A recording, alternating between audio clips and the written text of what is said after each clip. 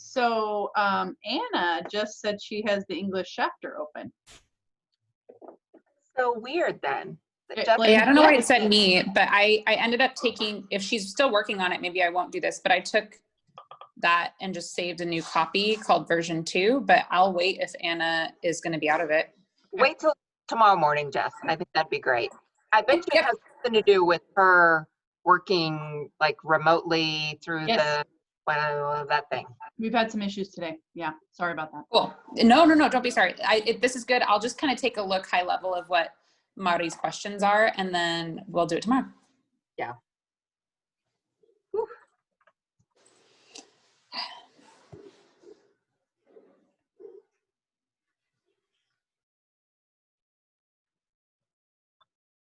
Just for those of you just joining, we're going to give it a few more minutes and make sure we have as many folks as possible. I know it's right at 5 o'clock, so folks are probably getting done with their work day in some instances.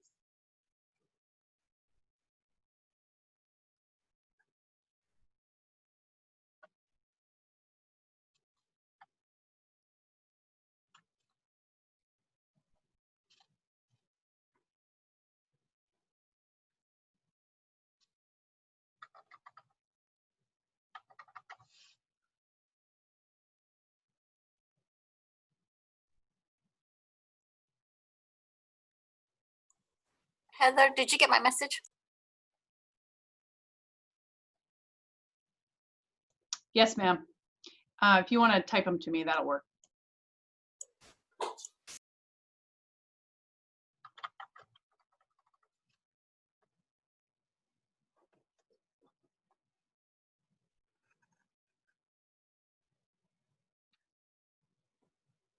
It's 5 o'clock, so as more people are coming on board, I'll take a minute to do our public service announcement. As everyone knows, we have some serious wildfire impacts that are affecting really all of the west coast of the United States. So we have been working very hard. We've been sending you a lot of emails, and on one level, I apologize, but we do want you to have the most up-to-date information. These wildfires are getting a lot of national news. There's a sad side to it in that there's been lives lost and a lot of property lost. You know, a lot of people working really hard on the front lines, and we are very, very grateful for them. But what's happening is we're seeing some very poor air quality. Yesterday, too, we saw a little bit of a weather pattern shift that brought high winds into the valley. So those high winds did two things.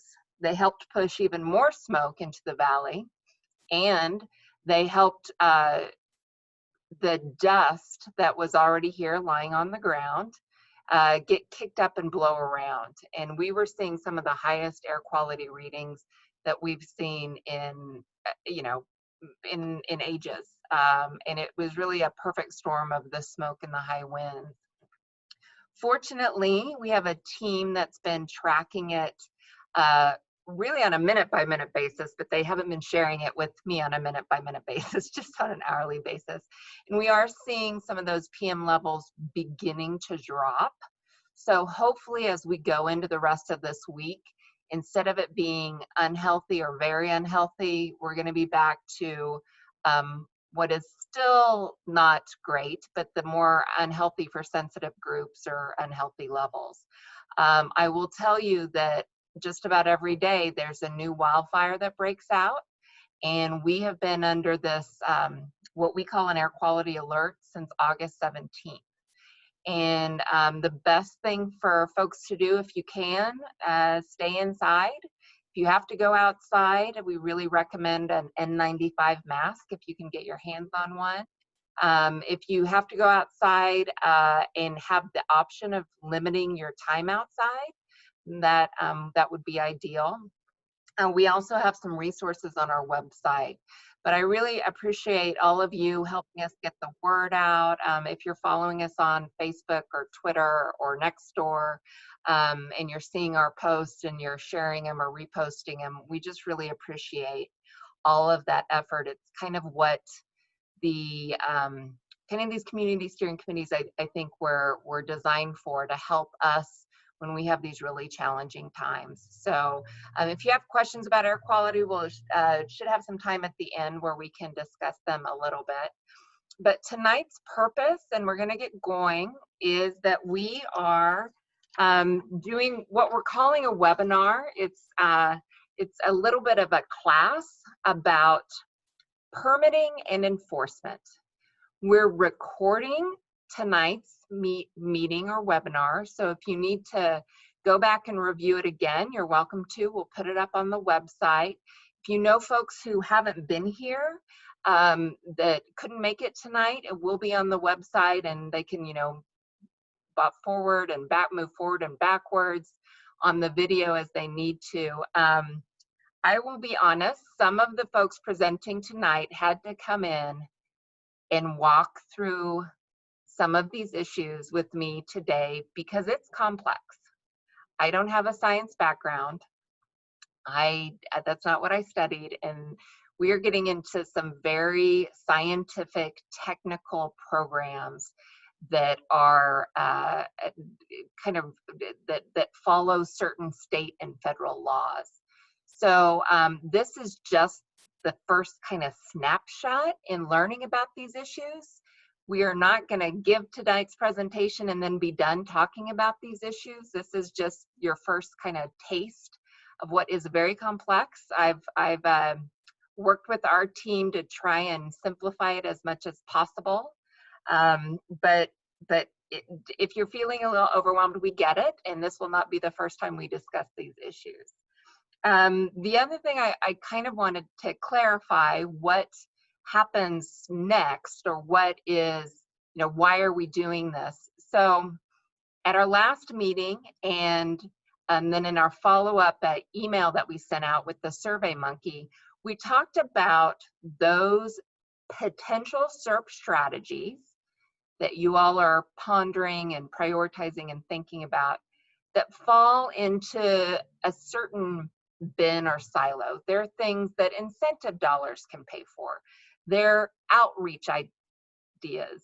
They are, ooh, someone sharing their screen. Why is someone sharing their screen? Hold on. Heather's gonna try and stop the screen sharing. We don't know who that is. Not T, you're sharing your screen. There you go, thank you. Oh, not T, you're sharing your screen again. I don't know if you want to. I have a computer virus. Okay, sorry about that. Oh, it's Nate. Thanks, Nate. So the survey is about incentives. It's about outreach. It's about mitigation strategies. It's about the less technical legal stuff that can be in the CERP. What we're talking about tonight is some of the more technical, scientific, legal stuff that is in the blueprint that will be a part of the CERP. There is specific mandates both in the legislation and in CARB's blueprint that say we have to address things like enforcement and permitting. And so if you're wondering how it differs from that survey is one bin or one set of CERP strategies. We then will begin to develop a second set of CERP strategies that deal with these other issues. So it's not that we aren't addressing these, it's that they kind of fall in a different bin because they're kind of treated a little bit different in the CARB blueprint. Again, it's a lot of stuff to take in, but we're going to do our best tonight. We have 4 presenters, and like I said, I've tried to get them to be as simple as possible. And then after each presenter, we're going to open it up for some Q&A. I am going to keep us on track, though. We want to be out of here by 7 o'clock because I promise you, after 2 hours of permitting and enforcement, we all will need either a nap, a snack, or some of us may need a cocktail. So with that, I want to introduce our first speakers. They are from the district and they're going to talk to you about permitting. And I'm going to let them introduce themselves, but we'll start with Nick. Nick, if you could share your screen and introduce yourself. All right, let me get my screen set up here.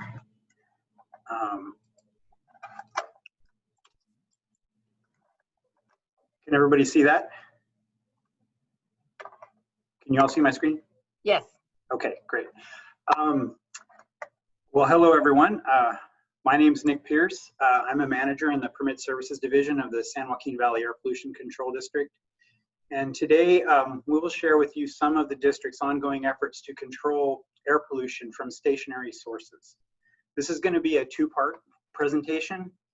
I'm going to talk about the district's air quality rules for stationary sources and ongoing efforts to reassess and strengthen the emission control requirements of those rules, as well as give an overview of our permitting program for stationary sources.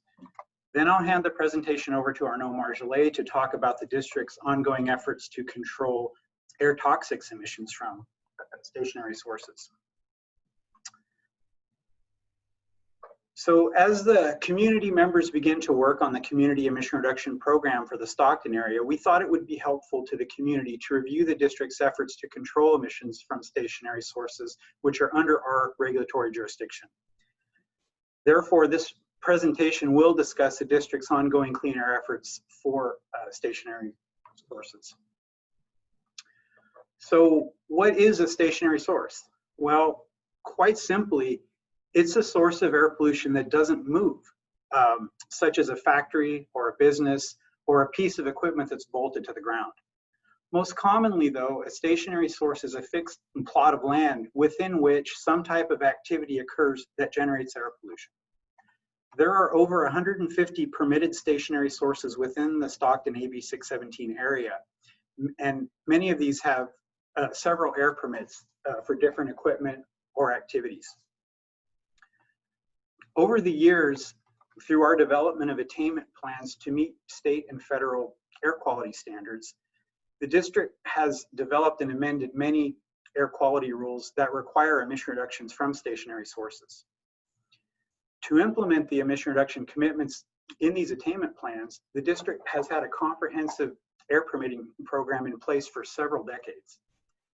And because air quality standards get tighter and air pollution control technology improves over time, the district routinely reevaluates our rules to ensure they continue to meet the latest state and federal requirements, and they also incorporate the latest emission control technologies.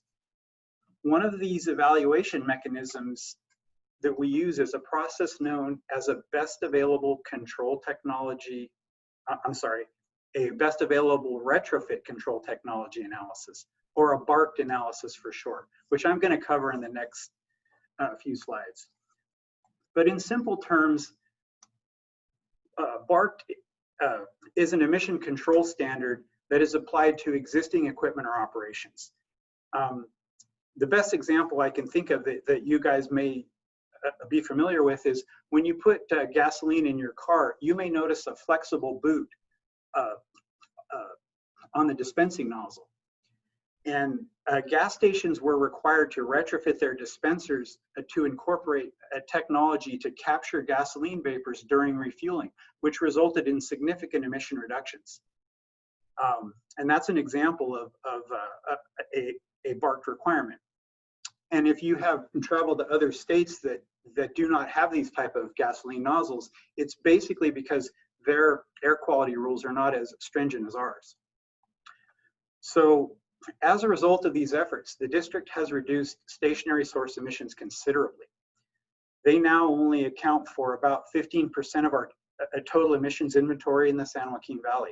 The remaining 85% of the emissions inventory comes from mobile sources, such as cars, trucks, and trains, which we do not have the authority to directly regulate.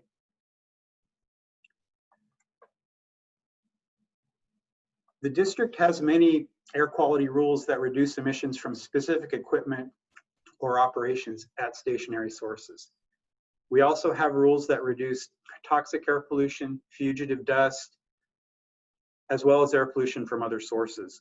This slide contains a link to our air rules that require emission reductions from stationary sources. It's important to note that these regulations are just categories for our various air rules. It is common for a given facility to be subject to multiple rule categories. We do not regulate particular businesses, rather we regulate the types of equipment and operational processes that they use. As you can see, there are many rules for specific categories of sources, such as combustion sources, gasoline storage and transfer, motor vehicle painting, dry cleaning, and charbroiling, just to name a few. As I previously mentioned, we do not regulate particular businesses, but rather the types of equipment or operational processes that they employ.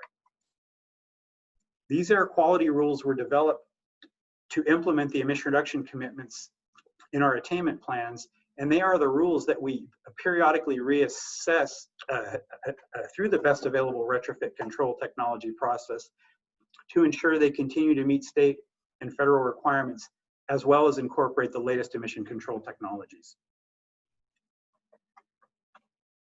One of the goals of the AB 617 program is to ensure that disadvantaged communities will not be impacted by increases in stationary source air pollution as a result of the state's cap and trade program for greenhouse gases. In fact, AB 617 required the district to conduct a review of its stationary sources that participate in the cap and trade program and create an expedited implementation schedule to ensure the air pollution rules these facilities are subject to meet best available retrofit control technology standards, which represent the maximum achievable degree of emission reductions for existing sources once you take into account environmental, energy, and economic impacts. The district determined that there were 109 stationary sources within the San Joaquin Valley that are part of the state's cap and trade program. And the rules these facilities are subject to form the basis for our BARC implementation schedule, which the district adopted in late 2018. As I mentioned earlier, a BARC analysis is one of the mechanisms the district already uses in our attainment planning process to evaluate our rules to ensure they continue to meet the latest state and federal standards, as well as incorporate the latest emission control technologies. As a result, many of our rules already meet BARC requirements. Nevertheless, our preliminary analysis revealed that a few of these rules will need to be amended to include more stringent emission control requirements. Here are some of the rules that have been assessed and found to meet BARC requirements. There are also 5 rules that are currently being assessed and will be amended in the future, or will be amended to incorporate more stringent emission control requirements as a result of the AB 617 mandated review process. This slide contains a list of the remaining rules that are scheduled for assessment and a possible amendment in the near future. So as you can see, there's a lot of rulemaking activity going on, which will result in further emission reductions from stationary sources. So to talk more about our permitting program now, as I previously discussed, the district has had a comprehensive air permitting program that is used to enforce the emission reductions required by our rules. And it can even impose more stringent air pollution reduction requirements on new and modified stationary sources. As I mentioned earlier, the district only has regulatory authority over stationary sources. We cannot regulate mobile sources, directly through our permitting program. So you may ask the question, well, what needs an air permit from the district? Well, basically, just about anything that is stationary and generates air pollution will require an air permit. And this air permit is the primary way we identify and track stationary sources of air pollution. It's the way we impose air quality rule requirements, and also the way we enforce compliance with these air quality requirements.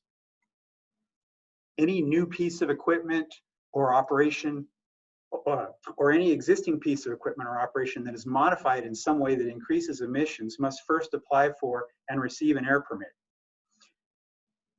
As part of the permitting process, the district conducts an extensive evaluation of the proposed operation where we determine the type and amount of air pollution emitted, and we use this information to ensure the proposal uses the best available emission control technology, the proposal complies with all applicable air quality rules, the proposal does not violate any federal ambient air quality standards, and does not have an adverse impact on public health, and also undergoes all required public noticing procedures before the permit is issued. The district will not issue a permit unless the proposal meets all of these requirements. So this concludes my portion of the presentation, and now I will hand it over to Arnaud to talk about the district's program to control air toxics emissions. Let me unshare my screen. Yep. Okay, Arnaud, it's all yours. You I know use, if you would introduce yourself first, that would be helpful. I will. But do you see my screen, guys? We do. Hi. So my name is Arnaud Marjolette. I am the director of the permit services. Obviously, I work very close with Nick Pierce on the permitting aspect, and I cover also other aspect than just the permitting. It's also the CEQA. You're probably very familiar with is the California Environmental Quality Act implementation. I also work on ISR, the indirect source review that regulates the land use development, the development of project, and other aspects, including the toxics program that I will be glad to cover as simply as possible tonight, and hopefully with not too much complicated name. So let me start with the air toxics. So maybe a quick introduction of air toxics. So you heard there's a bunch of different names. We call them air toxic. We call them toxics, air contaminants, hazardous air pollutant. All that is falling in the same bucket of toxics, air contaminant, or air toxics. EPA and California Air Resource Board at the state level identify 700 of those, and it's a growing list. It's not, the science is progressing every day, and every day we understand better what can affect the health of the humans, and therefore this list is evolving. Just to capture, you probably know very well some of them. You heard some others, and some are very complicated. The one that you heard and that definitely exemplified the progress in science is asbestos. You know, asbestos was used in the 1950s, 60s, 70s to insulate a bunch of piping and air conditioning. Today, it's obviously, we understood that this asbestos has a high cancer risk. It's very highly carcinogen, and therefore it's no longer used. We are removing that. The district regulate the manipulation and to ensure that there's no airborne particulate fiber that are in the air. So that's one of those. Another one that you may have heard is, the complicated name is on the slide, is perchloroethylene. It's a component that's been used at the dry cleaner. Probably all of us have been one time to a dry cleaner, and those chemical was used to clean up our clothes.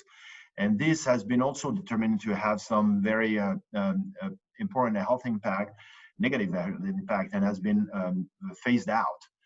But the one that you have been maybe the most familiar, and we are all exposed to it, is the diesel exhaust particulate. These are highly carcinogen, and therefore we are actively working to reduce and potentially eliminate all those diesel particulate with different technique. But these are a few examples. There's many more. I will not cover the 700 by chance, but these are only few. So I talked to you about, you heard about the term cancer. So this is one of the health impact that we are assessing, but there's two others. One is a short-term or acute, and then one is a long-term, which is chronic. So I think it speaks by itself. If you are exposed for a very little bit of a short period of time, like a couple of hours, we will measure the acute risk. If you are exposed for a long period of time, such as a lifelong, like 70 years for the district, we consider that as a long-term exposure, and that result in potential chronic health impact. And otherwise, the cancer is a different also measurement to assess the risk attached to a associated with a toxic air contaminant. So also, just to conclude on that in a short introduction, those toxics are different than the regulated air criteria pollutant that Nico was also talking about, which is you heard the NOx or nitrogen oxides. You heard about the volatile organic compound, which is when you spray paint, or when Nick was taking the example of fueling your car, and the smell, and then you fell, and then you smell is essentially VOCs, or volatile organic compound. But then also the particulate matter. All those are regulated with our rules, but we're also addressing the air toxics through the toxics program that I'm just starting to cover. Where's my? Lost my theory. So the district is running a complex and very integrated air toxics program, essentially made of 4 components, and I'll cover those 4 quickly.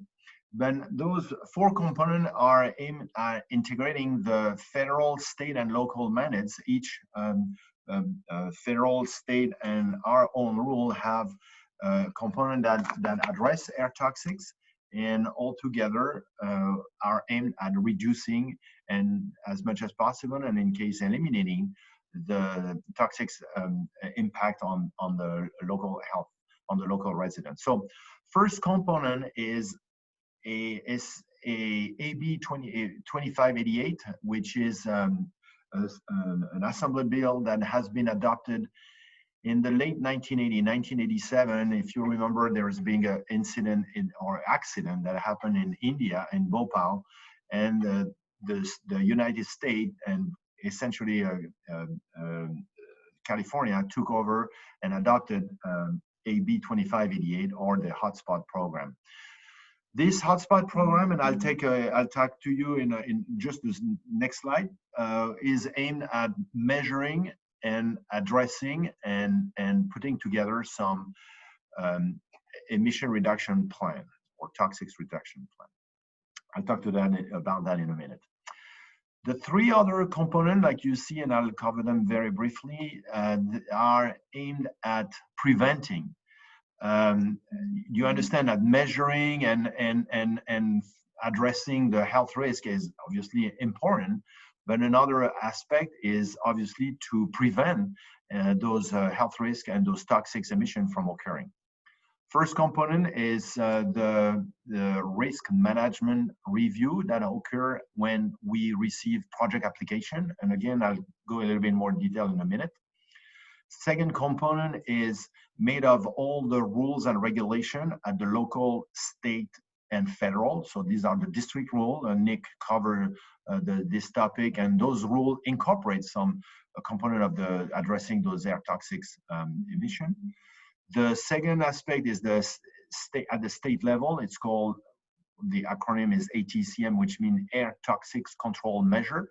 Same thing, for instance, like I was mentioning in the pollutant or in toxics, there's those perchloroethylene, which is the toxics that was used in the dry cleaner. So this has been heavily regulated by the state and phased out. And last but not least, obviously, there's also at the federal level, which is called the maximum achievable control technology, which also cover those toxics, but at the federal level. That's the second component of our preventive action.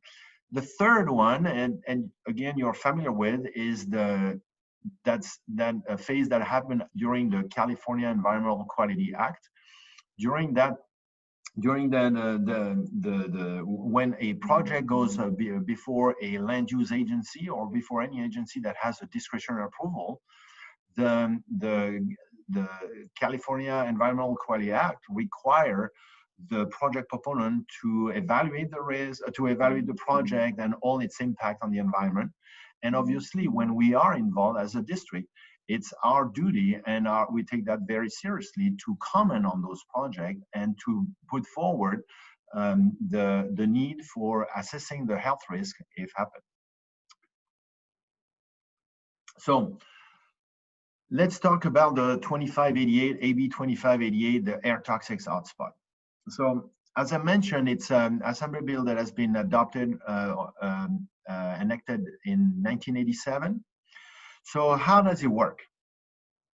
It works in as the facility is reporting to the district their emissions, and we do, in term of amount and quantities. So we have their information related to the facility, and they report to us those emissions, and we quantify the toxic emission associated with those emissions.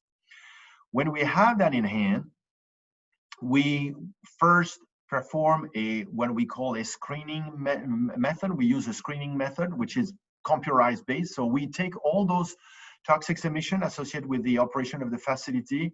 We take all the chemical compound or the toxic air contaminant that I just mentioned, the 700 that listed by the state and the federal government, and we assess the risk from those emissions at that facility.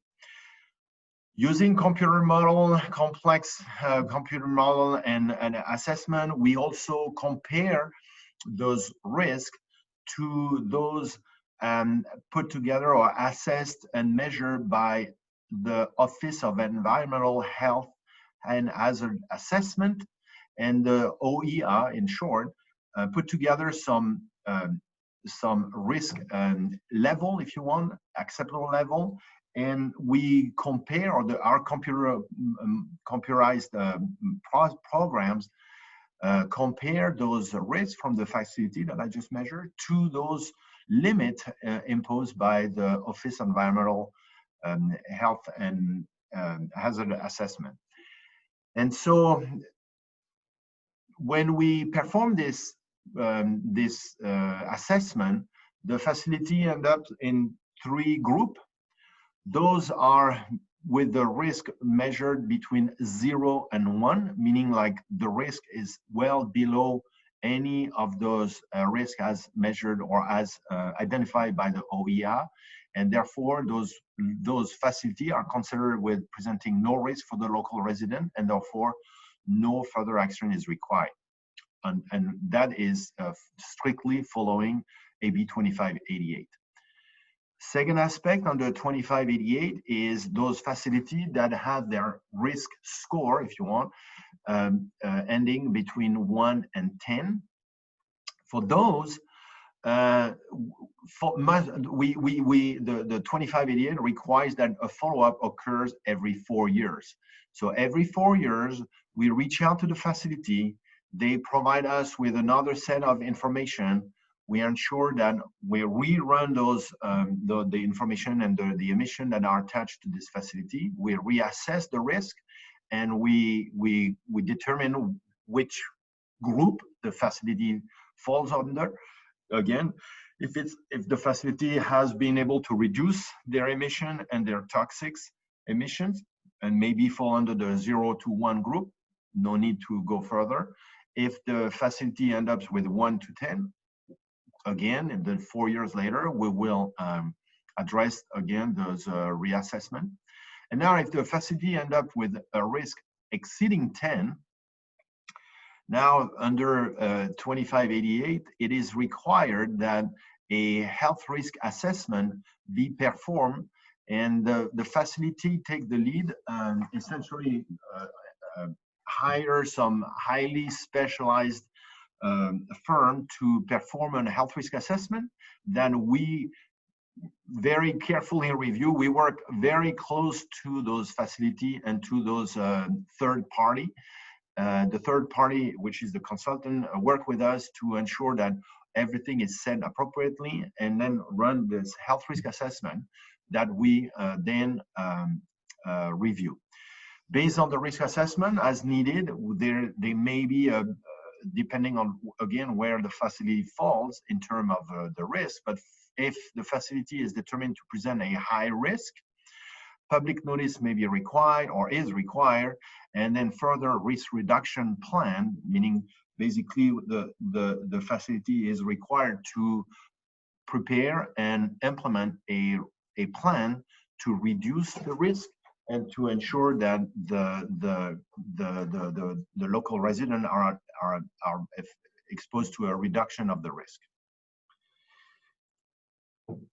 So as I mentioned, this 2588 was adopted in the late 80s, and at that time we assessed 5,700 facilities, notified thousands of residents, and as a result, if few facilities at that time were identified as high risk, with work and with imposing and implementing some further emission control. At that time, after a few years, no facility were creating a health risk, a significant health risk to the resident. 2015 came up, and the OEA, this agency that I mentioned earlier, modify and propose some adjustment and revise their guidance. And as such, in 2015, we launched a new reassessment of all the facility that the district regulates. So it's 10,000 facility now. And since 2016, we've been able to reassess 5,300, out of which none of those have high risk. And so far, the program has been working very well. And no, as I mentioned, no high risk facility has been identified yet.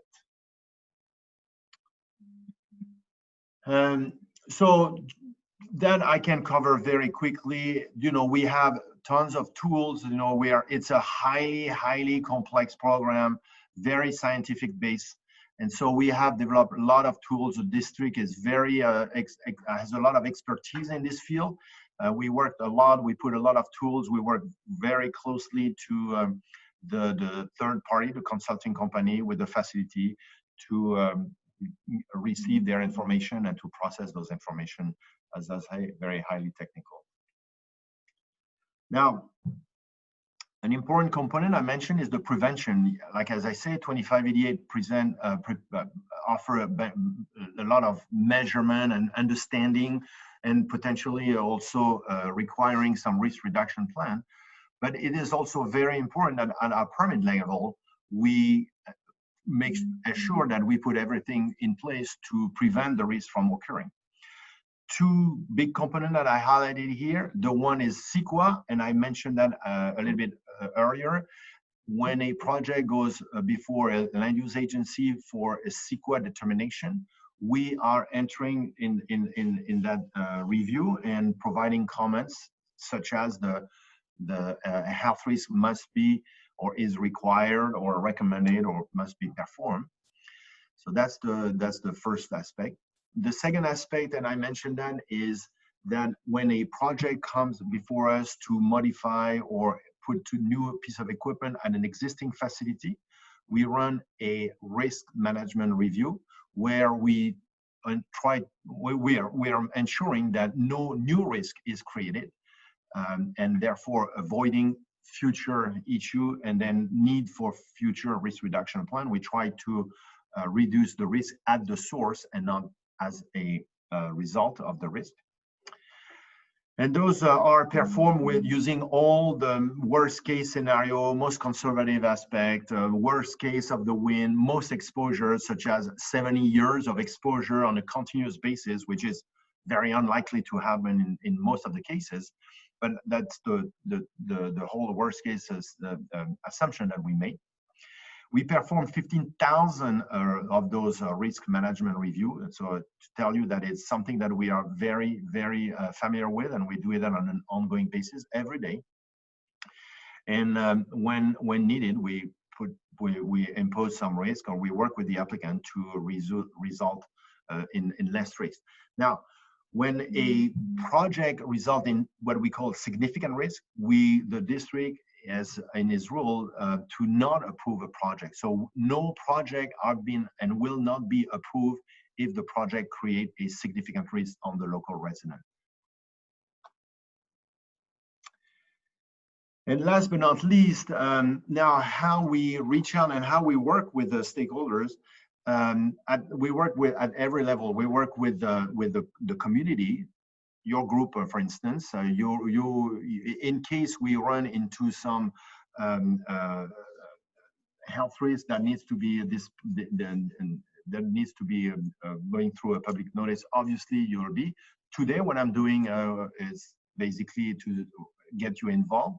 You've been involved when we work with the CEQA. You know this process and you've been involved as well.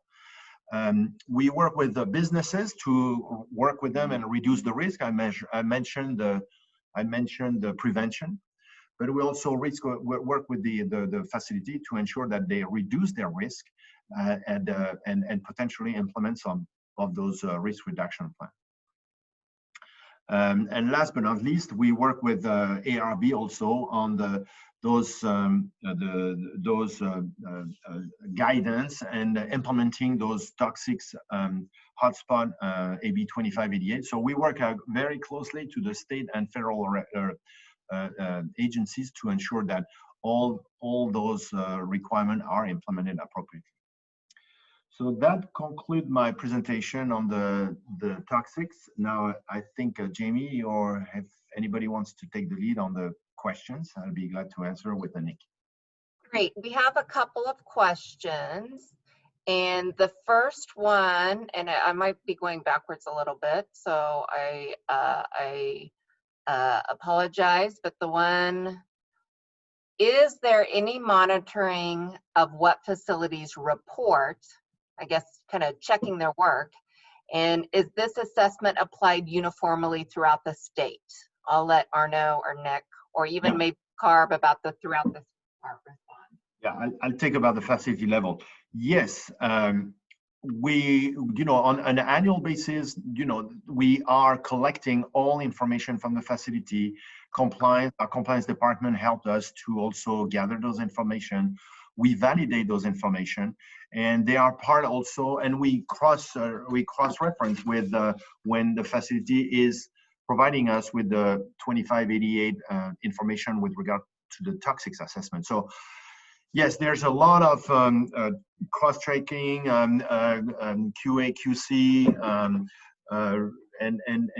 and also we are engaged obviously at determining what is the best emission factor, what are the needed for source testing in case the facility does not have, or we do not have a precise understanding of their potential toxic emission. Source testing may be required, and this is very complicated. It requires a lot of technical means to perform those source tests. So yes, the district is involved, and we are verifying that very carefully. Now, at the state level, I can let maybe ARB, if I'm not sure how do other districts. And let me just, for the ARB folks, when we get to your presentation, if you can make sure to answer that question, that would be great. Another question here. Let me go back to the beginning. That will help me. Multilingual public notifications. I was told that not all pending permits are required to have public notification. Please clarify when public notices are required and when they are not. Yeah, I can take care of that, or Nick, either way, or maybe. Oh, Nick already did. I see it. Yeah, it's in the chat. Yep. Yeah, so we have some threshold. These are adopted under our rules, 2201, our new source review, which is the heart of the permitting rule. And there's some threshold under which a facility is required, or the project is required to go under a public notification if it exceeds some thresholds. For instance, 100 pounds of any pollutant per day. But there's a bunch of others. And when the project is smaller than that, meaning like has less emission than those thresholds, it doesn't go through a permitting a public noticing process. But when it exceeds, it goes through a permit process, which which incorporate a multilingual notification. Yeah, and I can actually, Maybe Nick, you want to say something? I Excuse me. can- Go for I it. Go. just a little bit to that, and we'll do it in any language where there are folks in that area around that facility where it's needed.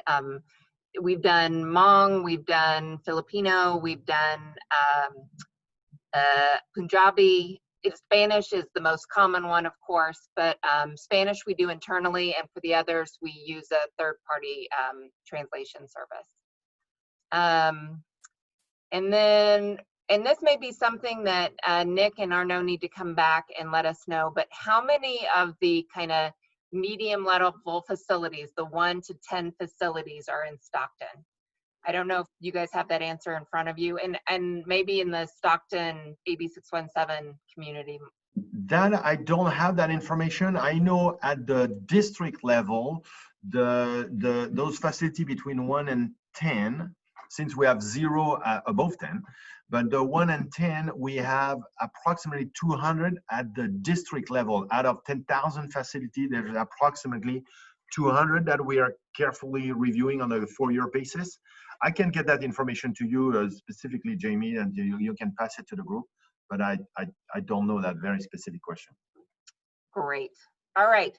I'm going to take one more question. If anyone else has a question and you want to raise your hand, I do want to keep us on schedule, but continue to put your questions in the chat. If it seems like we're taking a long time to answer, it could be because the person who has the answer is currently talking. Additional questions? I'm not seeing any. All right. I'm going to move. A question, please. Yeah. I apologize for the noise. So I joined the meeting just a little bit late because I was anticipating 5:30 like the other meetings, and this one started at 5. So I'm so sorry I missed the first part. But a lot happens in the chat, and I missed most of it. I see that we're recording this meeting, but will we also post the chat? Correct, we will. And we're actually trying to get better about posting all chats.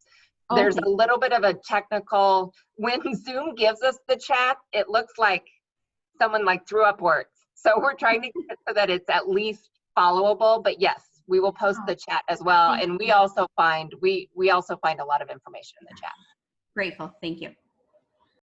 All right, with that, I am gonna turn it over to the district's compliance presentation. Jason, will you introduce yourself and share your screen?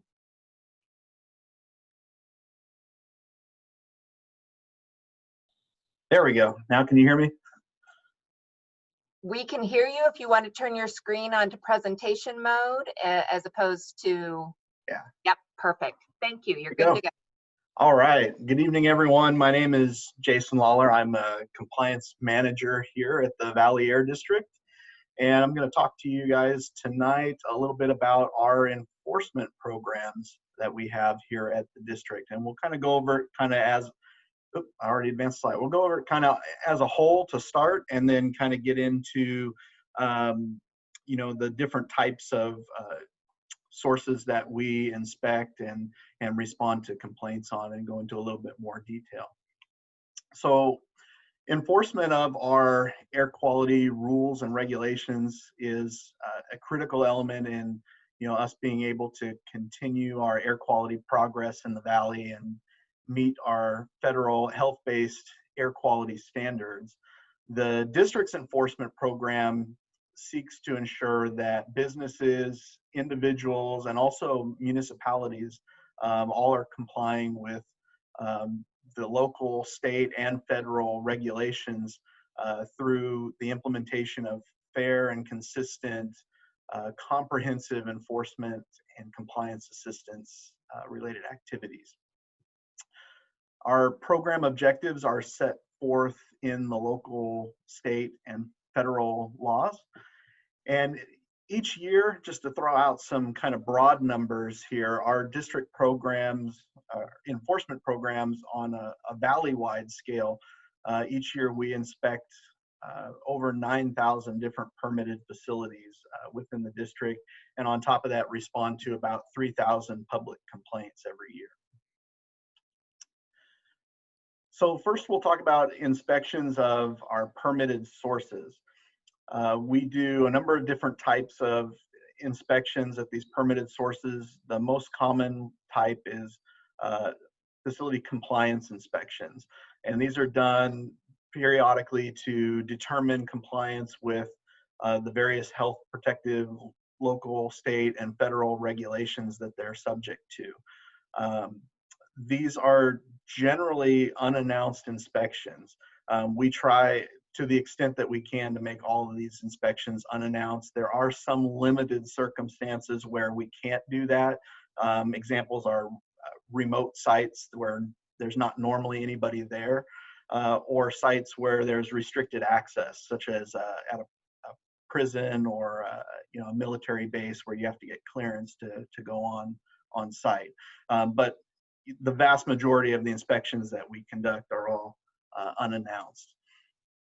Our compliance inspections involve doing a full physical inspection of the facility, which includes observing their various processes and equipment whenever possible while in operation.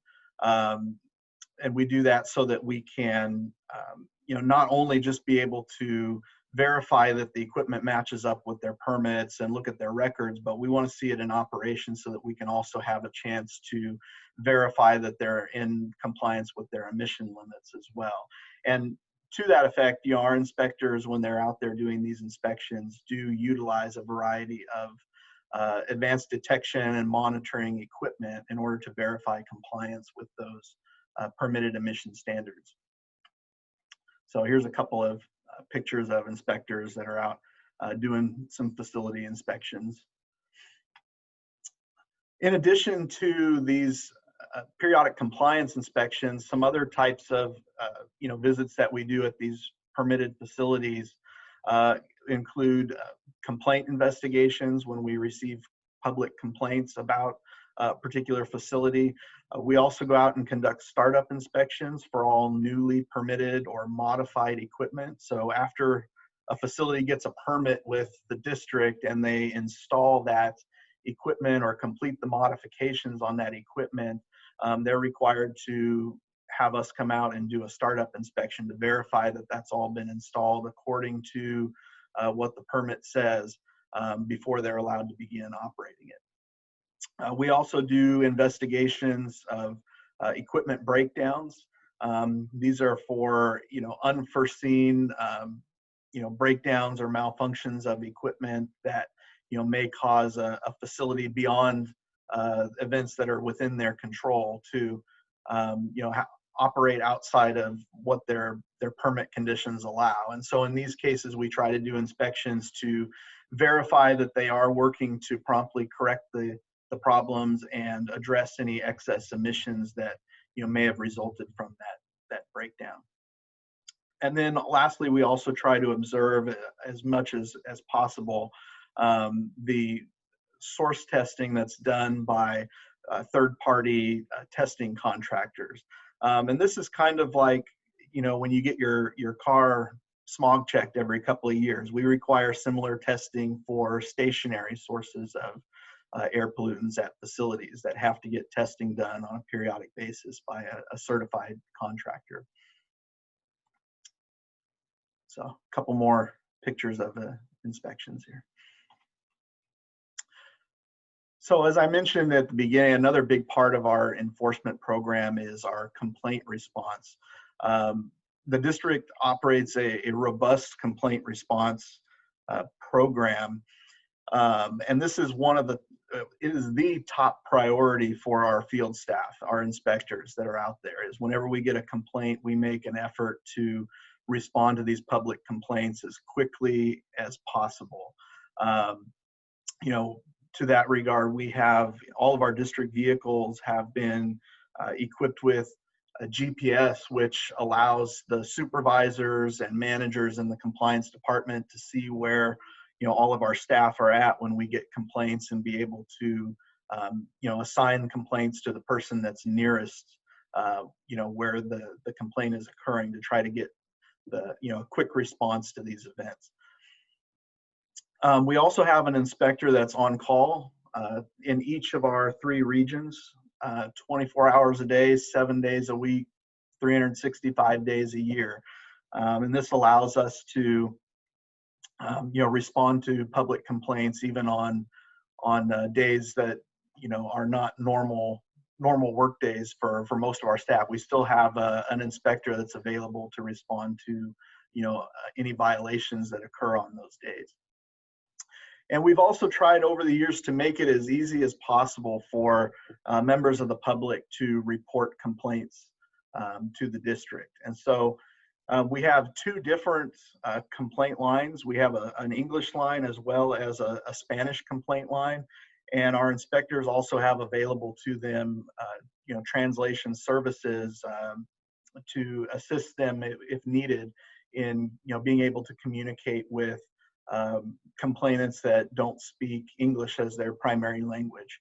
And then we can also, or members of the public can report complaints either by telephone, or they can go to our district website and they can report complaints through the website. Or if you have our mobile app on your phone, you can also report an air pollution complaint through the phone app as well.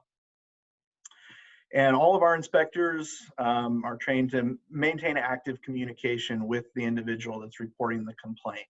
So, if you report a complaint and you provide your name and phone number, we do keep that confidential, but that allows the inspector to give the person reporting a complaint a call back before they respond, to, ask them any follow-up questions they may have to help us be able to do a more thorough complaint response.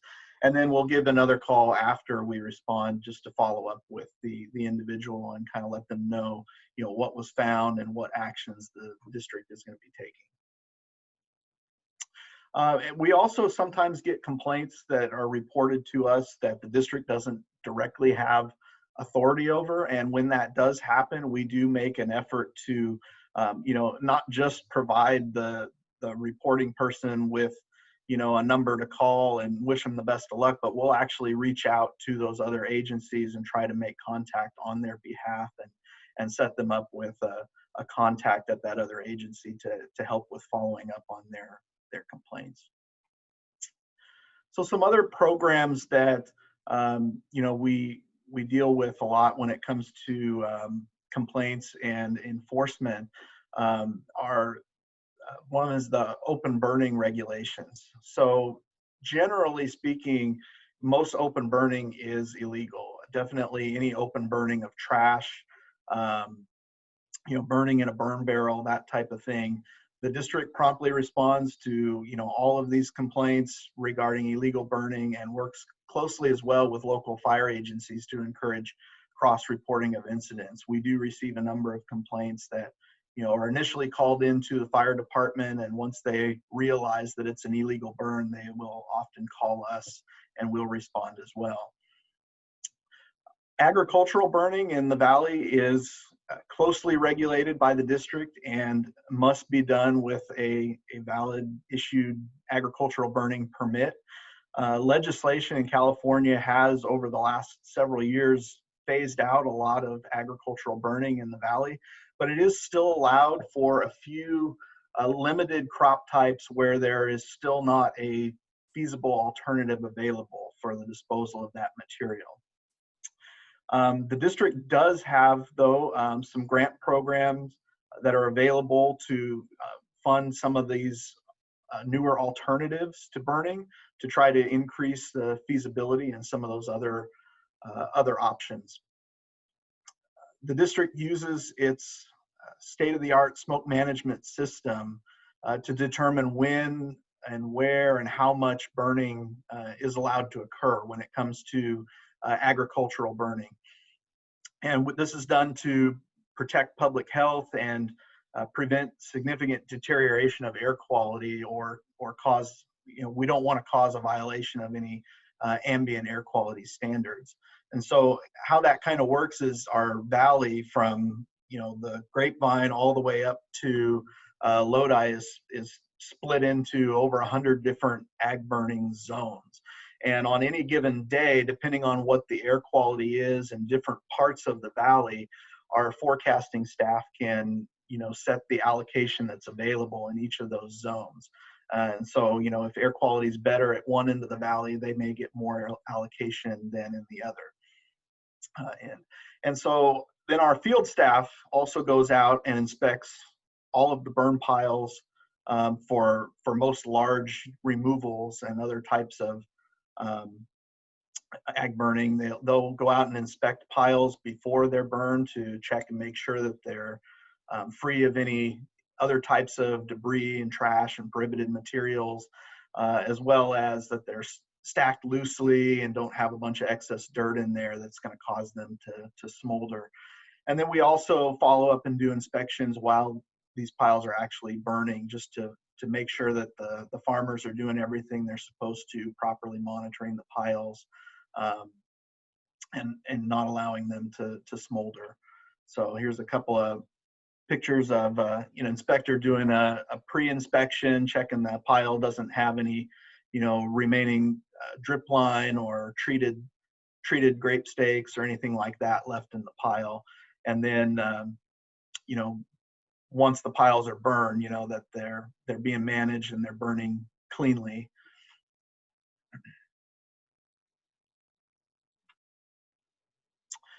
Wood burning, fireplaces, and heaters. So the district allocates substantial resources to the enforcement of wood burning, fireplaces, and heaters. And this is, you've probably heard of our Check Before You Burn program that runs every year from November to February.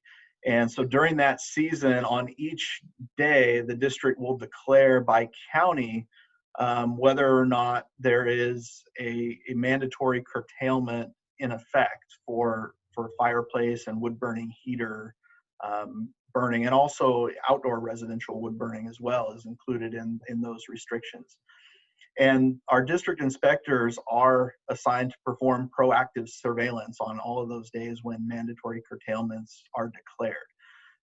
And this is to ensure surveillance is conducted regularly in all areas. We rotate it around, make sure we cover, every city within the valley over the course of the winter.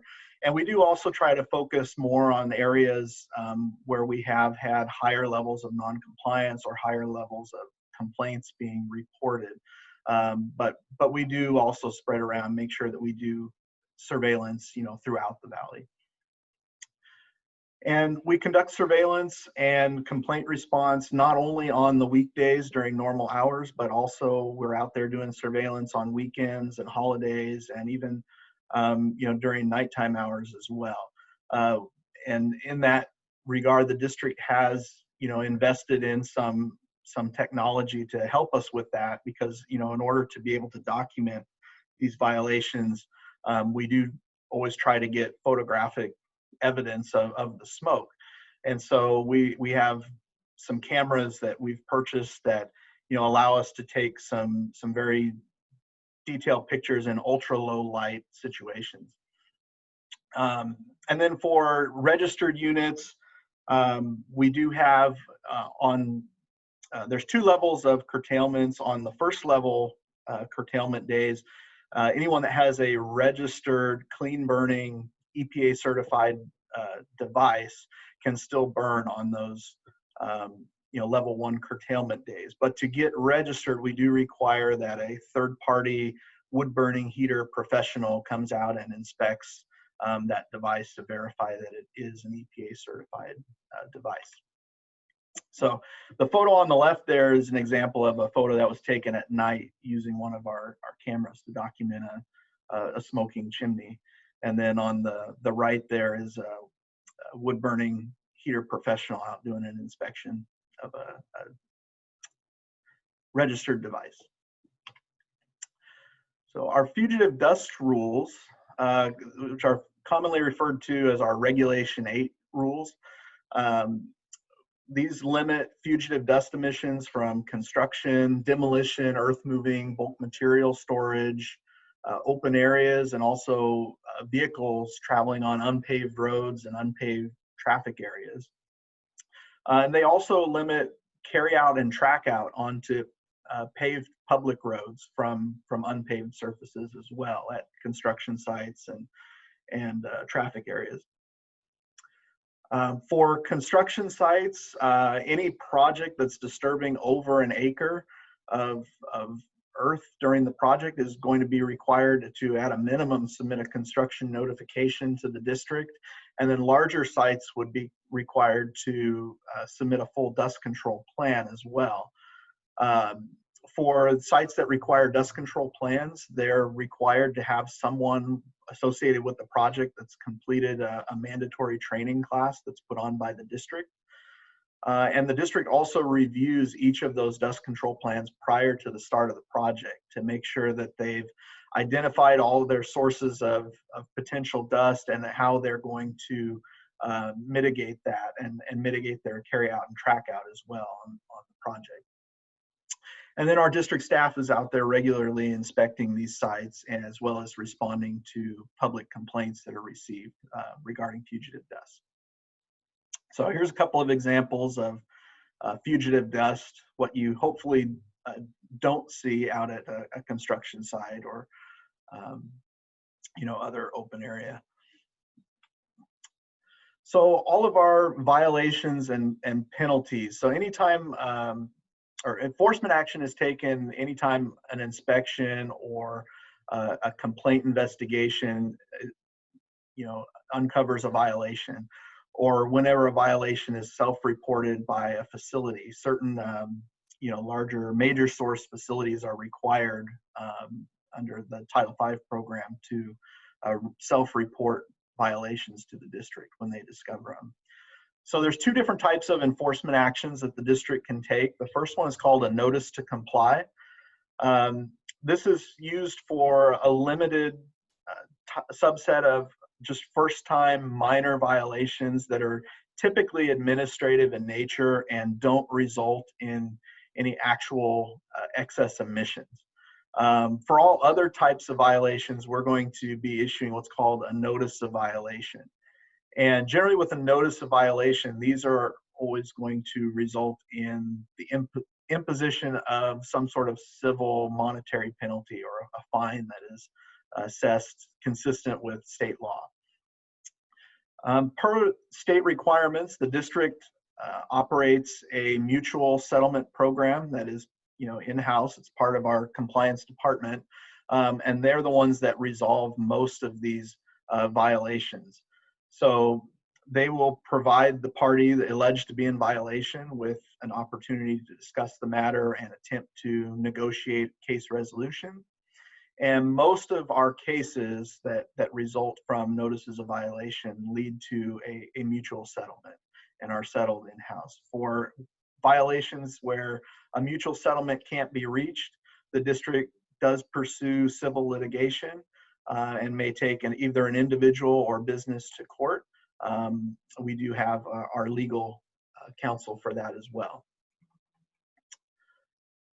So to give you some quick stats, from January 2017 through May of this year, we went back and pulled together some quick numbers for you.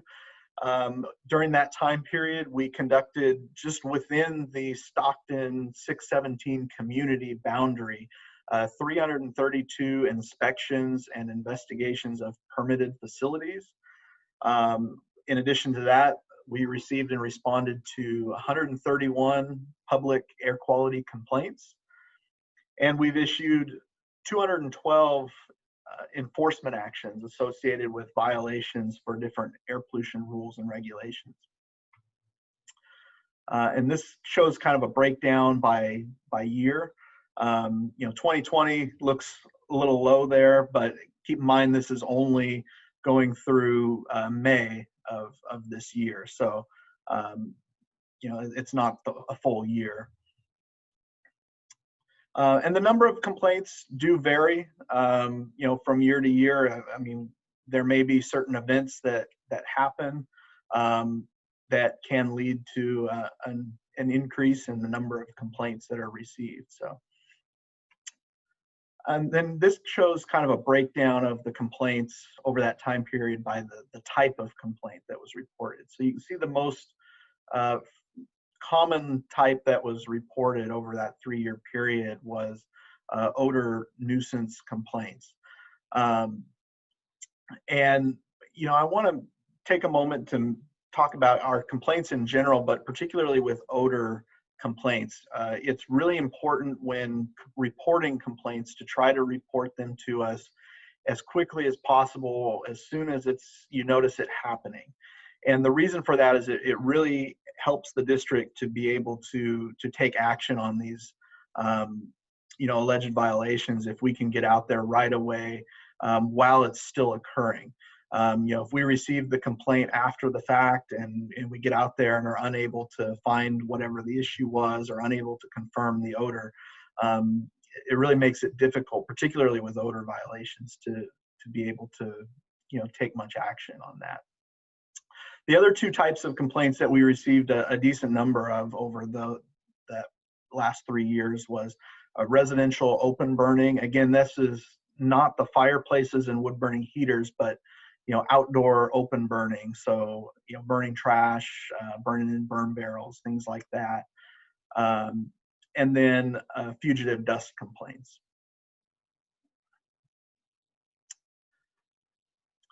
And then likewise, this is the enforcement actions by year, the blue representing the number of notices of violation that were issued, and the orange there being the number of notices to comply.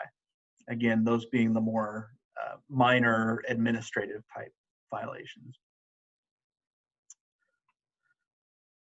And enforcement actions by type, you can see the overwhelming majority of these violations that we've issued have been for administrative, record keeping, reporting type violations.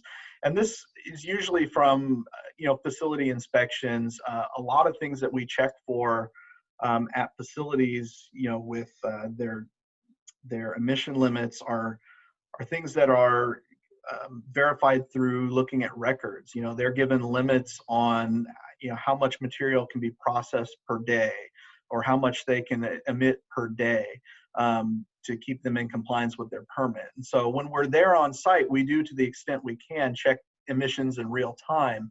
But going back over that, you know, historical period back to our last visit, we really rely a lot on records to determine compliance. So that's why we see a lot of record keeping violations, you know, anytime something's not up to par.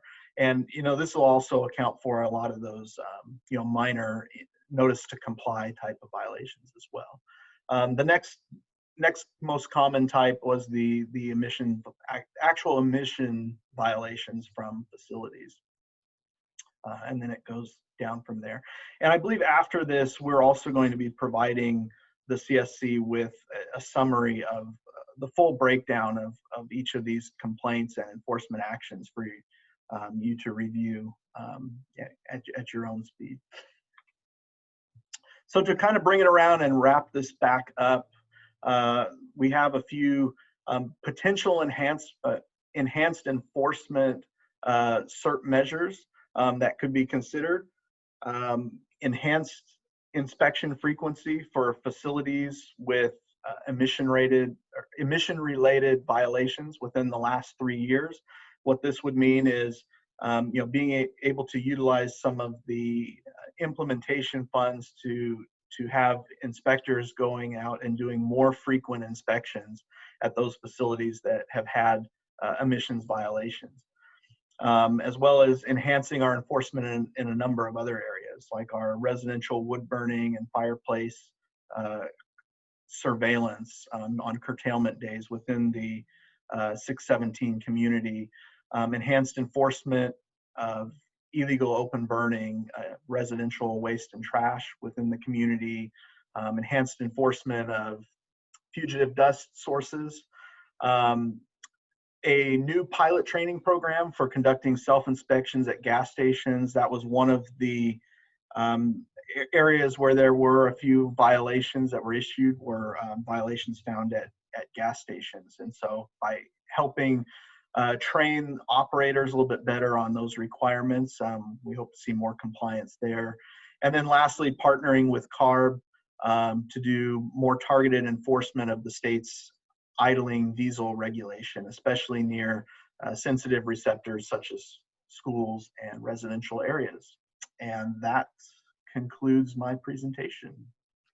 Thank you so much, Jason. I'm just going to take one verbal question and ask for everyone else to put their questions in the chat. We're working on answering those questions in the chat, but I am going to let Willie, do you still have your question? If you can unmute yourself. I know it might be a permitting question, but go ahead and ask it. Shoot. Yeah, I guess I have a question. Sorry. Yeah, it is a permitting question, but my question is, I know that one of the quotes said was that we don't monitor businesses, we monitor equipment. I'm kind of curious about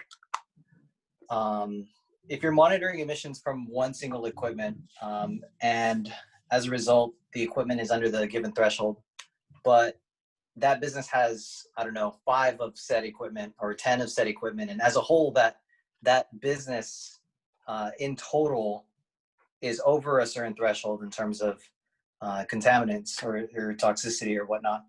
How do you reconcile the fact that per equipment it's under the threshold, but in aggregate it's above the threshold? That's a great question. I asked that question today, and I know Nick or Arno can answer it. Yeah, I can take that one.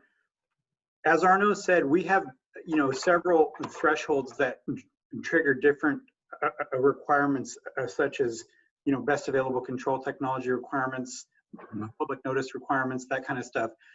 We not only look at equipment-specific emissions, but we also look at the facility's cumulative total emissions as well. So we do account for every emission source at a stationary source. So those things are all accounted for and in our analyses. Got it. Quick follow-up question: is there a threshold by, I guess, category type? So it's not like a uniform threshold across all businesses or all equipment, but it's kind of I don't know, responsive to the specific category, the specific type of equipment or specific industry that it's in?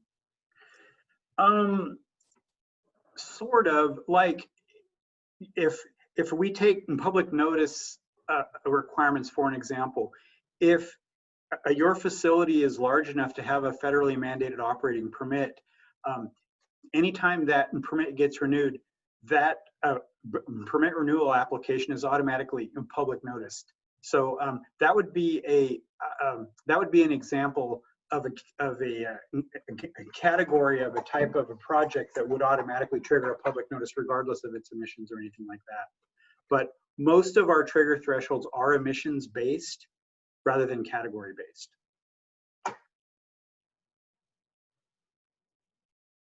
Excellent. Awesome.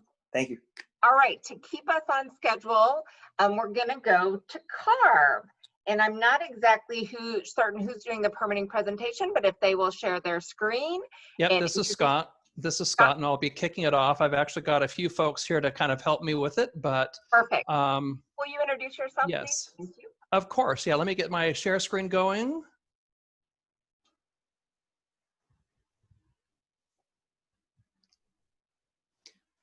And hopefully you can see that.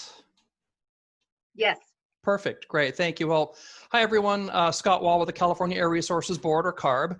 I'm CARB's community liaison for Stockton, and in that role, I wear many hats, but one of the most important really is to serve as a link for the committee and the Air District to other functions of CARB. The purpose of our presentation here is actually to introduce you to our AB 617 statewide strategies or regulatory strategies and explain how they support the Stockton Community Emission Reduction Program, or the CERP. So earlier presentations kind of already touched on this, but there's kind of 3 different layers of air quality agencies. The U.S. Environmental Protection Agency regulates interstate transportation, which is shown on the left. On the right, so you just heard from the local air district, who is responsible for regulating local sources and things like factories and refineries. And then finally, in the middle here is our agency, the Air Resources Board, which regulates mobile sources of air pollution like cars, trucks, and buses, just to name a few. So Assembly Bill 617, which led to the creation of the Community Air Protection Program, directed CARB to create statewide strategies to reduce emissions in communities most burdened with air pollution from a variety of sources. While these strategies apply statewide, they are targeted to achieve reductions in communities like Stockton that are impacted by a combined variety of pollutants from things like commercial and industrial polluters, heavy-duty trucks, port activities, trains, things like that, just to name a few.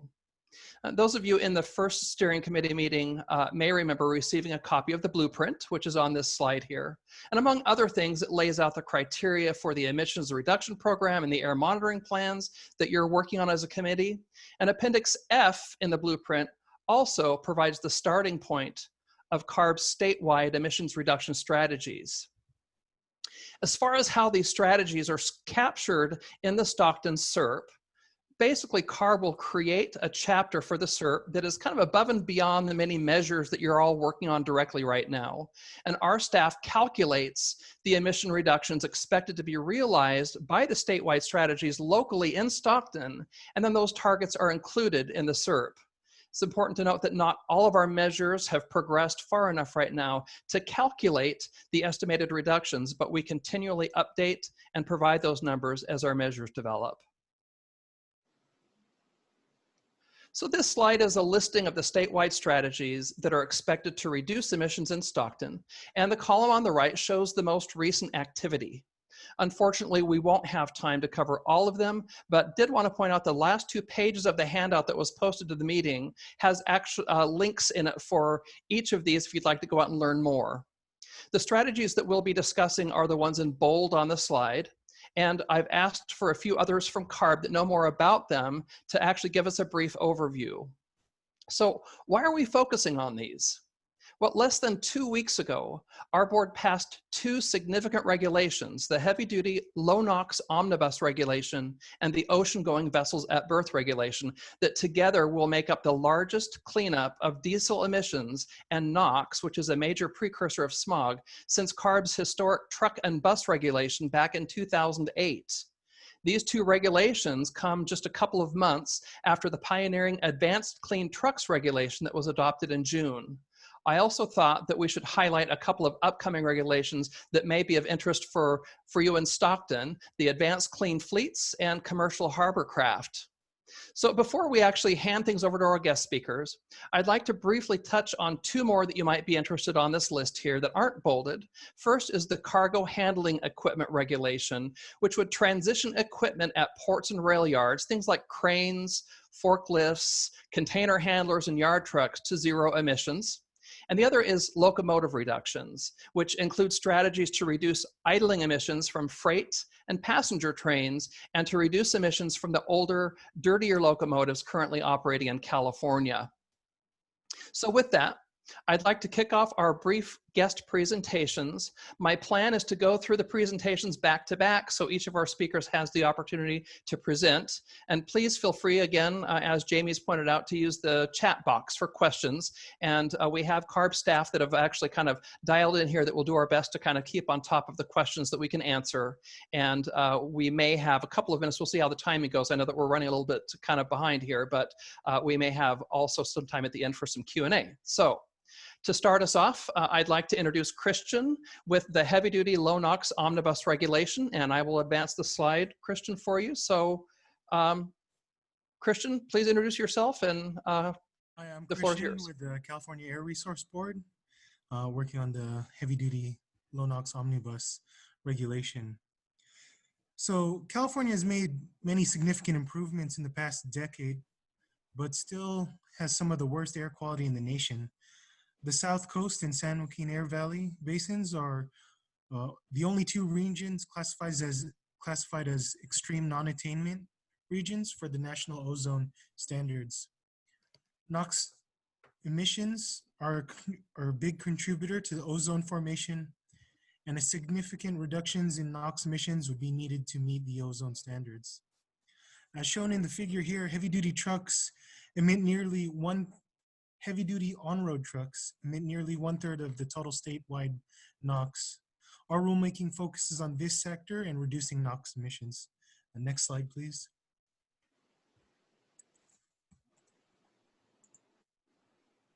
Thank you. Sorry. The Low NOx Omnibus regulation uses a holistic strategy for reducing emissions for heavy-duty vehicles. This rule would affect heavy-duty engines starting in 2024. Between 2024 and 2026, engines would need to certify to emission rates 75% below the current level. And then in the next phase, in 2027, newer engines would need to certify to emission rates 90% and below the current level. The new certification testing would require emissions control over a wide range of operation, such as vehicle idling, low speed operation at the ports, traffic, and at highway speeds. The in-use compliance program that's been modified tests engines operating in the real world and verifies the cleaner emissions to the environment. The lengthened warranty and useful life changes in the omnibus would require emissions to be controlled for longer periods of time than what's already required today. The omnibus also provides incentives for early adoption of these cleaner technologies ahead of our scheduled timeline. So through our omnibus regulation, we expect significant emissions and health benefits. The figure on the right here shows the reductions of emission standards compared to today's emissions. Emissions from a single heavy-duty engine would be equivalent to the NOx reduction of approximately 16 million passenger cars. So it's huge to focus on heavy-duty here. The NOx benefits of the regulation would be 23 and 76 tons per day statewide in 2031 and 2050 respectively. Importantly, to the San Joaquin Valley area, there would be a 5.7 tons per day reduction in 2031 and 19 tons per day in 2050. The health benefits was analyzed in the years between 2022 and 2050, and the emissions reductions were calculated, estimated to have approximately 3,900 avoided premature deaths and 3,150 avoided hospitalizations related to respiratory conditions. The total value of these benefits is approximately $36.8 billion. That concludes the brief summary of the Low NOx Omnibus rulemaking, and we can answer any questions later in the panel. Thank you. Excellent. Thank you so much, Christian. Appreciate your time. Next, we'll just kind of keep rolling through here. We are going to hear from Tony to discuss a few of the regulations relating to the truck and bus. So I'll hand it over to Tony. Good evening, it's Tony Brazil. I am the branch chief overseeing a number of our existing regulations and implementation that affect trucks, as well as some of our newer regulations moving towards zero emissions. So I'll cover each of those.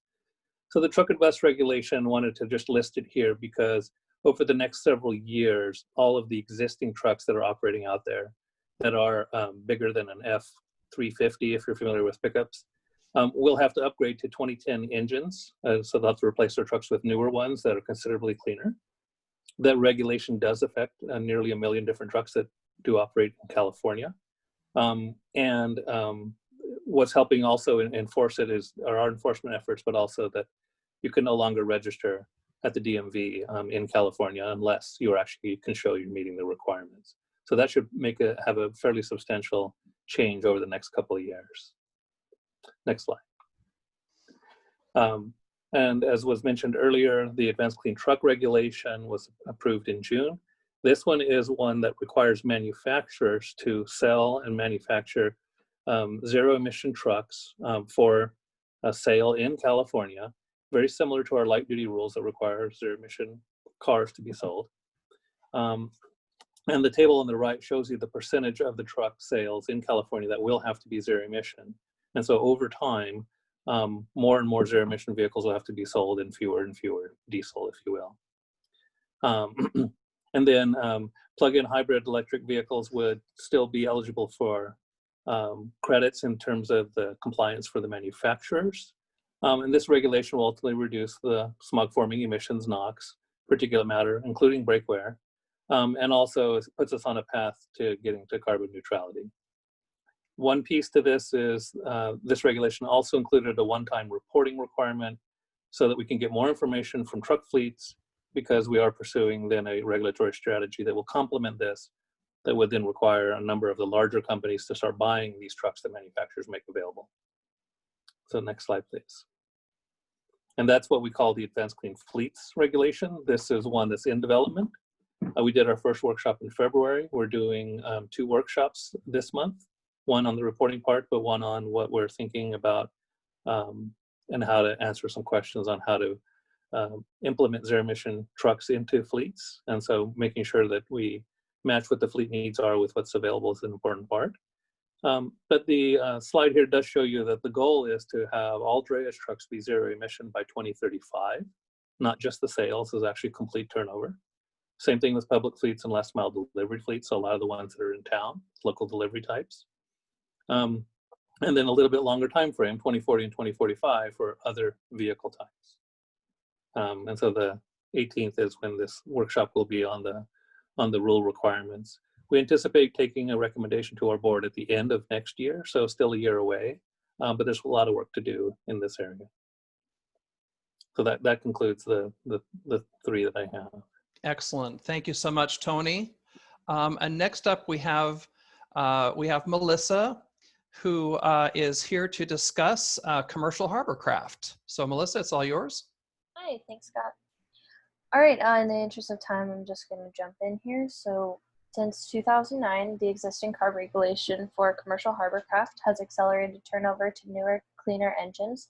Specifically, the existing regulation has required turnover to Tier 2 or 3 marine or off-road engines that will be fully implemented by 2022. Despite this progress, there is still a need to further reduce emissions from hovercraft. CARB staff proposed in the March 2018 board hearing to reduce emissions from hovercraft as one of several actions additional to state implementation plan actions to achieve reduction in community health risk, attain regional air quality standards, and mitigate climate change. CARB staff began the informal rulemaking process for hovercraft with the public workshop in December 2018. Feedback from that workshop has resulted in a more refined draft concept that is shown on the next slide. Our proposed regulation, which we anticipate taking to the board in mid-2021, would expand the vessel categories subject to in-use requirements to include vessels that were previously exempt, such as charter fishing vessels, pilot vessels, and research vessels. And it would create more stringent requirements for in-use and new build vessels. This new rule with compliance deadlines as early as January 2023 would require cleaner Tier 4 engines in addition to a diesel particulate filter or DPF. Moving forward, there's some opportunity for using zero emission and advanced technologies, such as using shore power at dock, full zero emission short run ferries, and new zero emission excursion vessels. CARB staff is also in the process of determining operation thresholds for low use compliance pathways. The date and time is not yet finalized, but CARB staff will be holding a public workshop in the next few weeks to further discuss the hovercraft regulation. We welcome anyone interested to attend and give feedback on our proposals.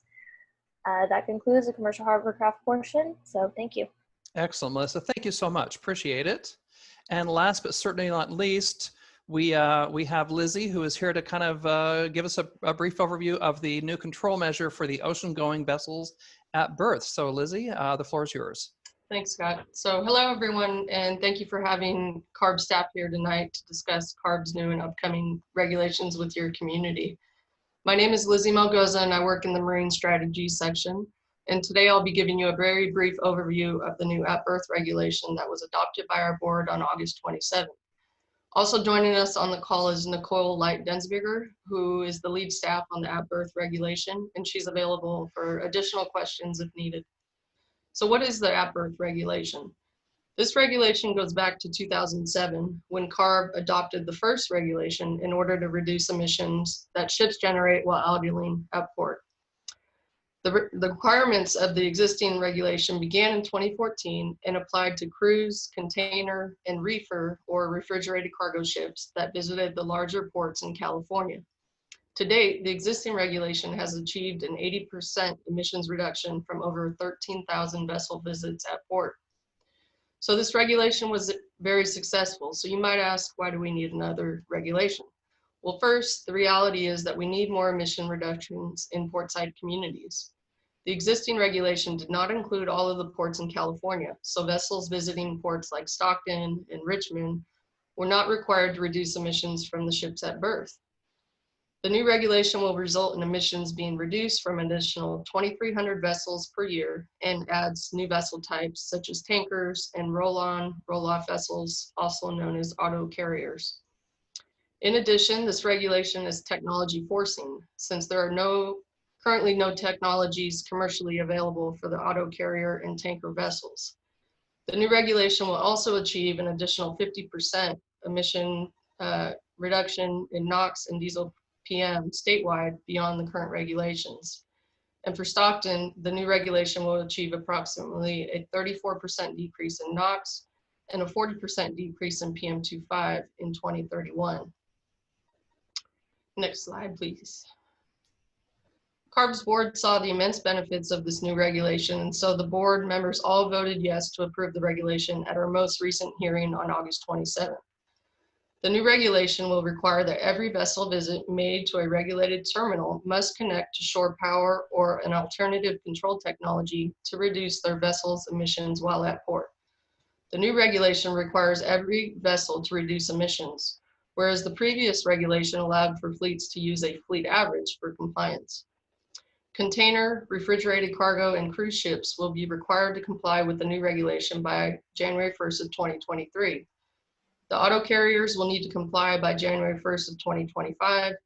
And lastly, the tankers visiting the ports of LA and Long Beach will have to comply by January 1st, 2025, while Northern California ports such as Stockton and Richmond will have to comply by January 1st, 2027. And the reason why Northern California tanker terminals have the latest compliance date is due to the fact that the infrastructure upgrades in Northern California terminals are expected to take longer than in Southern California due to the unique infrastructure and permitting processes. The new regulation also includes a provision called the Innovative Concepts Compliance Option, which is a pathway that promotes early reductions and allows regulated entities to reduce emissions through lower cost projects as long as they can prove those projects achieve equivalent or greater emission reductions in the same communities versus reducing emissions directly from vessels at berth. For example, a port like Stockton could apply for a project to reduce emissions from a source impacting the portside community other than directly from tanker vessels. And lastly, staff will conduct an interim evaluation in 2022, which will evaluate the technologies and progress made on the regulation by various ports and could also allow for a potential adjustment of the implementation dates. In addition, vessels and ports that have invested in shore power or alternative control technologies that cannot successfully control emissions from a vessel for various qualifying reasons, such as construction, may pay into a remediation fund, which collects funds to reduce emissions from other projects in the portside communities. So there are multiple routes built into the regulation to reduce emissions from the portside communities and not only from vessels at berth. And that's all for my presentation. Thanks, Scott. Great. Thank you, Lizzie. Appreciate that. So Christian, Tony, Melissa, and Lizzie, I just want to thank you all so much for hopping in here and helping out with the statewide strategies. And just for everybody else, just a quick reminder that the last 2 pages of the handout does include links out to all of these strategies that were on that earlier slide, as well as the ones that were just presented. So, and as always, you can reach out to me directly with any specific requests, and I can certainly get you in touch with the right person. I don't know how we're doing on time for Q&A, but I will just ask anybody from CARB on the phone if you could just do another quick check through the chat box, and if there was anything in there that you could answer, that would be great. Anything that we don't answer, we will certainly commit to getting back to you. And that, I believe, wraps up our statewide strategies presentation. Great, Scott. Thank you so much. We do have just a little bit of time for Q&A. So if you can raise your little blue hand if you have a question, or maybe we missed a question in a chat. I know CARB is responding to some of those questions that have just been put in there. But I am happy to let folks ask additional questions. Are there any additional questions?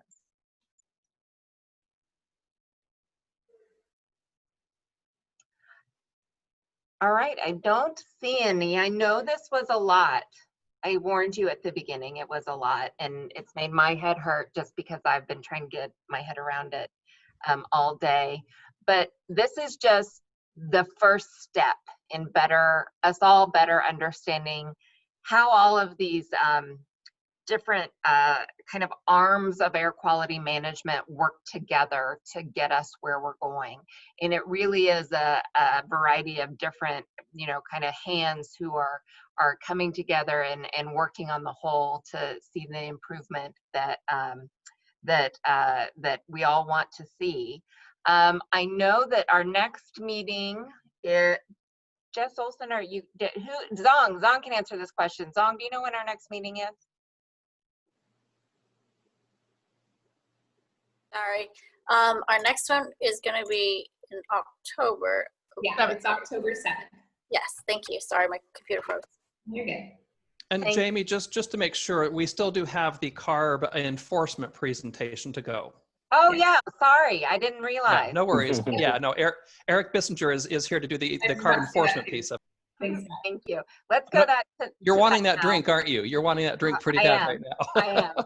Let's go to the enforcement presentation. For some reason, Scott, I thought you were kind of shepherding all of the CARB presentation.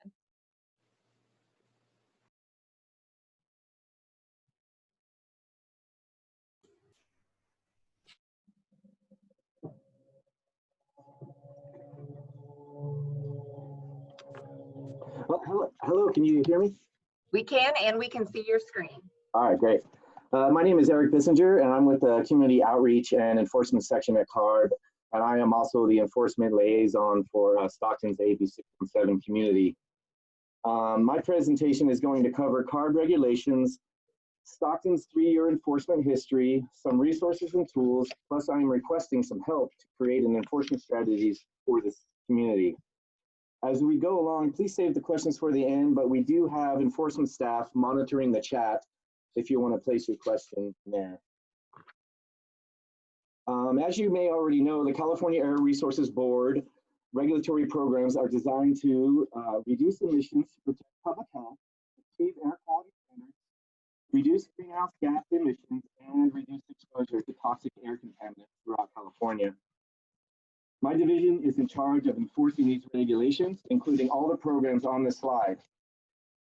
Effective enforcement of our regulations is a key element of California's success in reducing air pollution and fighting climate change.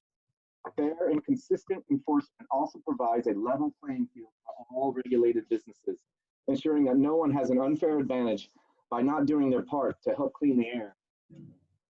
We enforce these regulations through field inspections, facility inspections, and company audits. I will give a brief descriptions of some of our major programs, and I will discuss other programs we enforce that are important to Stockton, such as cargo handling, later in the presentation. So heavy-duty vehicle inspection program, or HDVIP, requires heavy-duty diesel trucks and buses to be inspected for excessive smoke and tampering.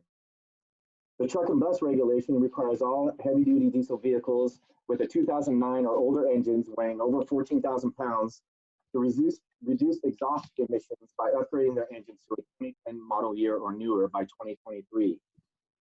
Also, beginning January 1, 2020, Senate Bill 1 required heavy-duty diesel vehicles to provide proof of compliance prior to receiving vehicle registration to DMV.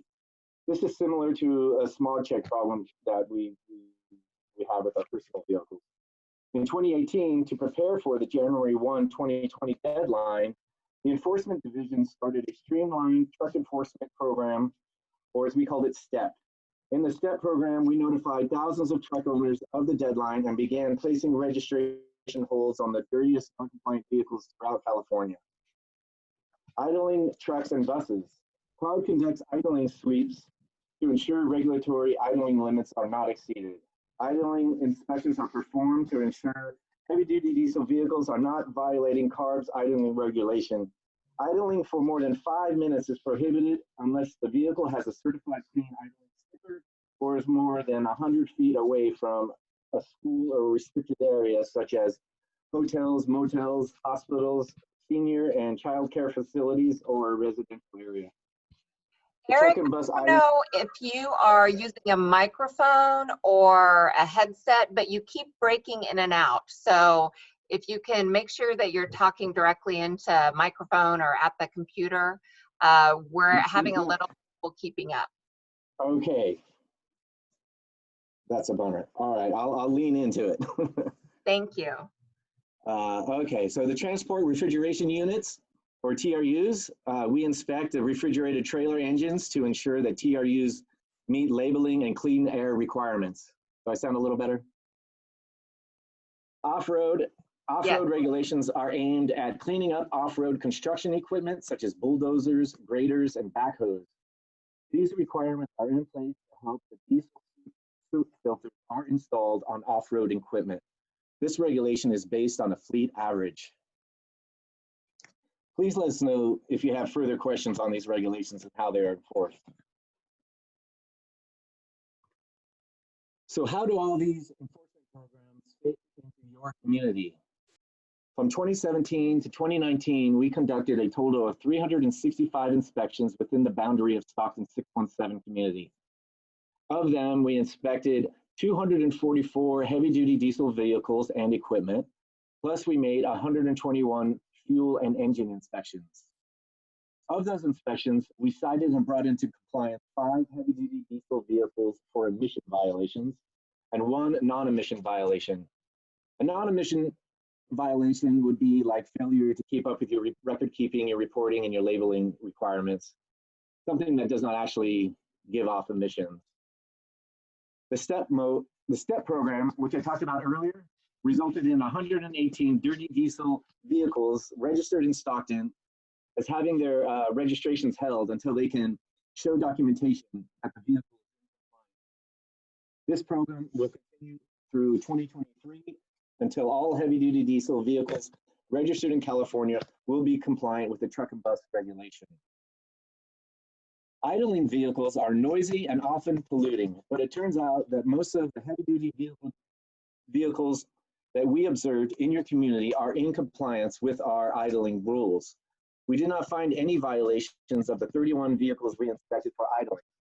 This is likely because the vehicles had a clean idle sticker, they idled for less than 5 minutes, or were not idling within 100 feet of a restricted area, or they simply turned off their engine immediately, stopping. One thing I would like to note is that just because we found no violations of idling during our investigations does not mean that the city of Stockton is 100% idling free. These are just the results of our 31 inspections. Excuse me, can you speak? Don't talk too fast. My interpreter is running fast with his hand in the video, and I don't think I understand. He cannot catch up. Would you mind slow it down? Take a deep breath, please. Thank you. Unfortunately, Douglas, it's an audio issue, and Eric is still kind of coming in and out. There are other folks who are having a difficult time, have mentioned in the chat that they can't hear everything he is saying. I understand, but when he was talking before, he was more clearer than he was now. He's talking too fast for my interpreter to catch up with him. So he now the picture is not qualified because it's too fast for me to catch up with that either. That's all. I'm sorry, Douglas. I'll slow it down. I was just hurrying along. It seems like we're running low on time, but I understand. I'm just letting you know because you were doing good, and all of a sudden you were going too fast, and I'm just letting my interpreter know that I can understand him because he's trying too fast to catch up with you. That's all. That's pretty much it. Thank you. Thanks, Douglas. Okay. Eric, is it possible for you to share your video too? We have a request on the chat. I do not have a camera. I'm so sorry. Well, then you can't. All right. Let me continue. And I just put on a headset. Does it sound a little better? It's a little bit better, but it might be the connection. It's kind of coming in and out. If you talk slower, then we'll make it work. Okay. Well, I'll start with the idling again. Well, I just wanted to make sure that we have these 31 inspections that we did for idling, and just because we found no violations doesn't mean there's no violations or illegal idling going on in the Stockton area.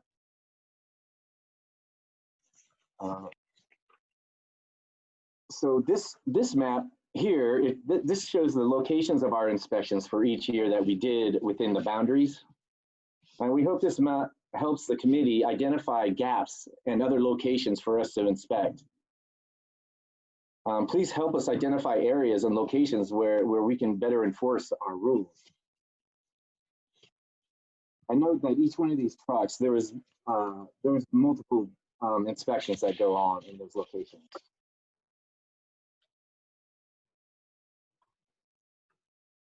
Here's some additional details and numbers of our enforcement history over the past 3 years that I'd like to share. We wanted to present you with a breakdown of regulations and other rules that we have enforced in Stockton. One important note is that our enforcement is inherently biased towards a non-compliant truck. So these compliant rates may not reflect the general mobile population here. Because we can only pull over so many trucks, we tend to pull over the ones that seem out of compliance, like an older vehicle that we see during an inspection. Also, these numbers only represent the percentage rate of what we have seen in the field and do not represent the compliance rate for the entire city. From our enforcement stats, we still have good compliance rates for drayage trucks, HDVIP program, idling, fuels, and other heavy-duty rules. I put an asterisk by the truck and bus regulations compliance rate of 81%, because starting this year, it will be very difficult for a non-compliant truck to get their truck registered. Compliance with that rule should be approaching 100% quickly and be fully implemented by 2023. Based on the data we have available, the areas where we believed our enhanced enforcement efforts would be beneficial is possibly for the TRUs or the refrigerated trailers.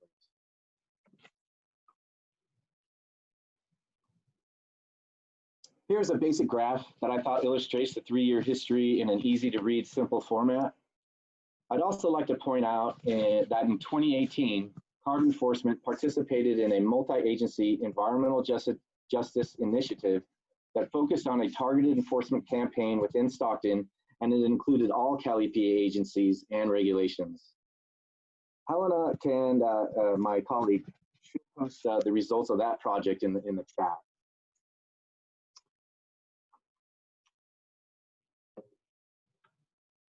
This table shows statewide consumer product enforcement activities for the products listed. Consumer products are reported statewide because we assume these products are sold throughout the state.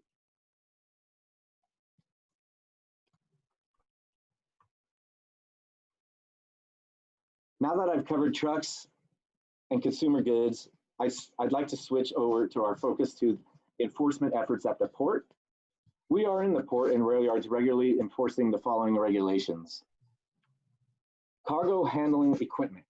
The mobile cargo handling equipment regulation was adopted in 2005 to reduce toxics and criteria emissions such as diesel PM and NOx.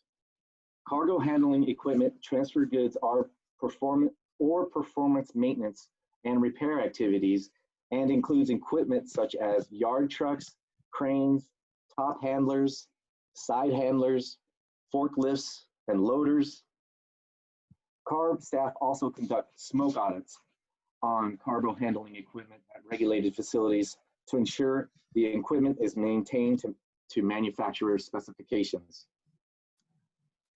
Ocean-going vessel fuels regulation. This regulation is intended to reduce diesel particulate matter, oxides of nitrogen, and sulfur oxide emissions from ocean-going vessels. Such vessels are required to switch to a low sulfur fuel within 24 nautical miles of California. Commercial harbor craft. There are several types of harbor crafts in California, including fishing vessels, ferries, excursion vessels, tugboats, towboats, crew and supply boats, barges, dredges, and other vessel types. The commercial harbor craft regulation requires operators to reduce emissions by repowering the vessels with the cleanest off-road engines available.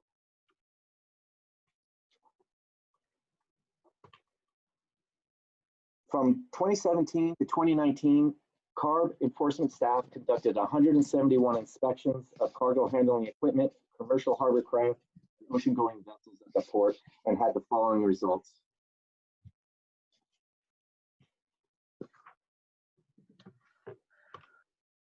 Here is a map overview of the marine enforcement locations, and you can see they're generally at the port. To increase transparency, our enforcement division developed a MACT interface to track enforcement activities through a new tool called the Enforcement Data Visualization System. So please give me a second while I share this tool.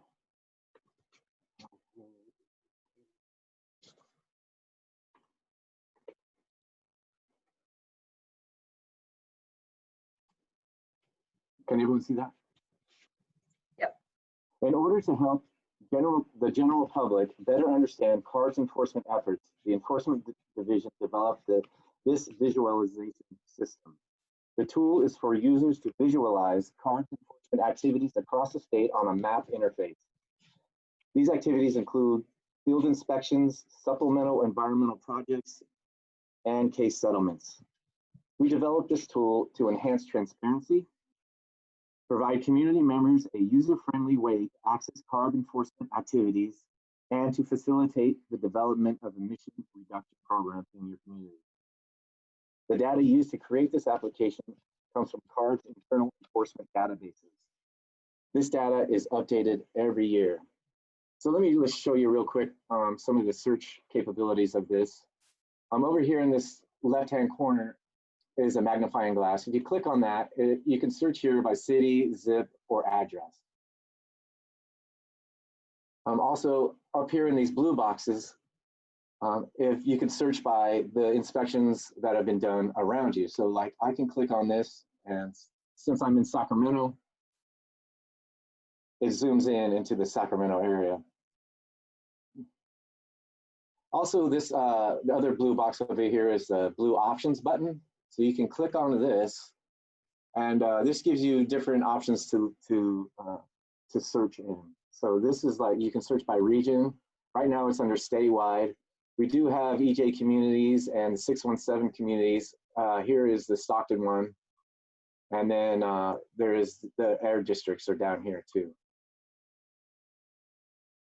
You can search by inspections or case settlements. You can search by enforcement programs, heavy duty diesel, fuels, railroad, marine, consumer products, engines.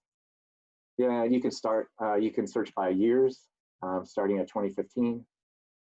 And then here's if you want to do a deep dive into some of the diesel programs, like truck and bus, you can just go by specific programs. So say if I wanted to look at inspections in Stockton, I can click on the magnifying glass. I can click 95213. Whoops.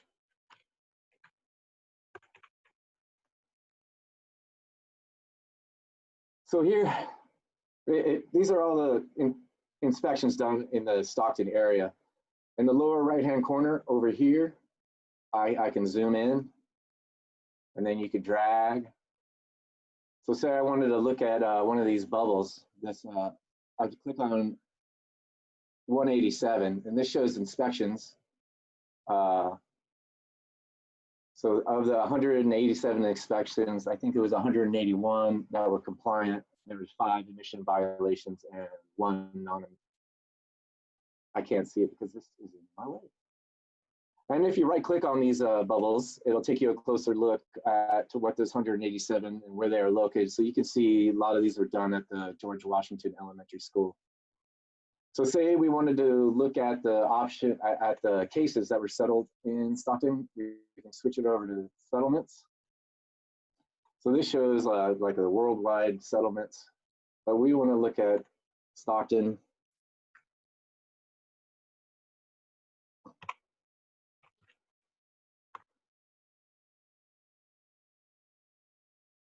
So these are some of the cases that were settled.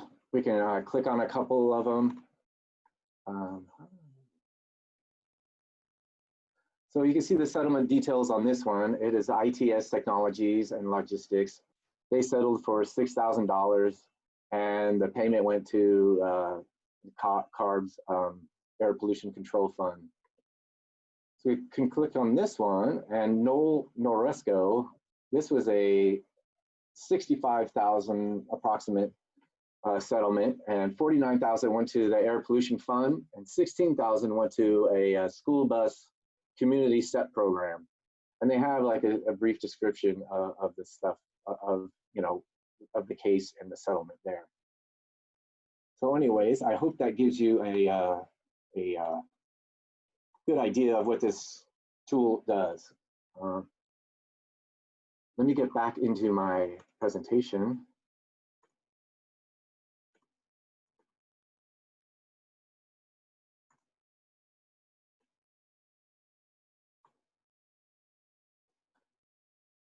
Here is the website for that, and Helena can put that in the chat room also.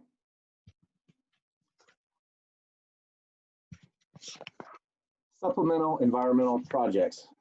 Every year, CARB initiates cases that result in settlements and monetary penalties. During the settlement process, violators are given the opportunity to fund a supplemental environmental project or a SEP by using 50% of the penalty amount.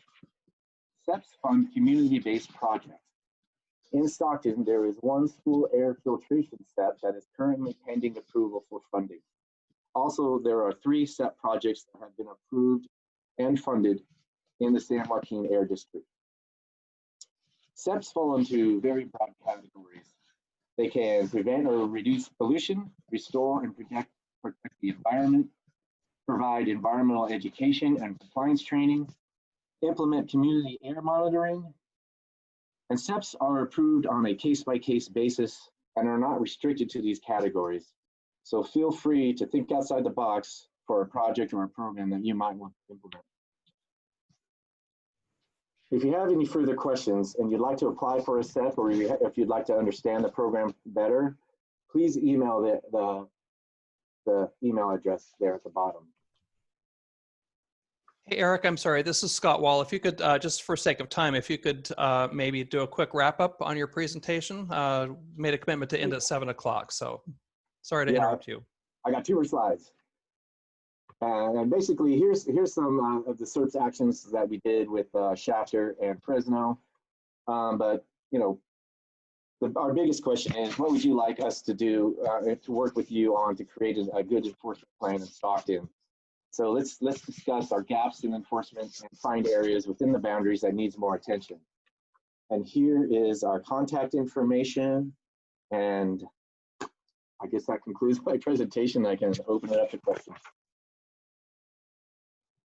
Great. We have a lot of comments and questions and information in the chat box. I very much appreciate the responses that folks have been putting in there, the questions and responses that folks have been putting in there.